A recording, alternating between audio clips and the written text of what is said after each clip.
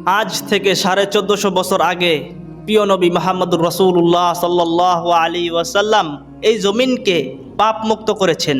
আর সেই জমিনে অশালীন কুকর্ম দিয়ে তারা ভরে দিচ্ছে। আইয়ামে জাহিলিয়াতের যত সুদ, ঘুষ, জেনা, ব্যভিচার, হত্যা, রাহাজানি, ঘুষ, দুর্নীতি সমস্ত কিছু মাটিতে পিষ্ট করে দিয়েছেন মুহাম্মদ সাল্লাল্লাহু আলাইহি ওয়াসাল্লাম। সেই জিনিসগুলোই তারা আবার পুনর্বাসন করার চেষ্টা করতেছে।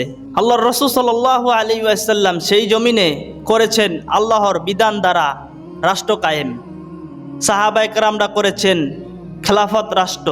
আর সেই জমিনেই মোহাম্মদ বিন সালমান, তাকে মোহাম্মদ বিন সালমান বলা যাবে না, কারণ তার সাথে আমার নবীর নাম আছে মোহাম্মদ, তার সঙ্গে এই মোহাম্মদ নামটা যায় না, কারণ এই নামের সে যোগ্য না।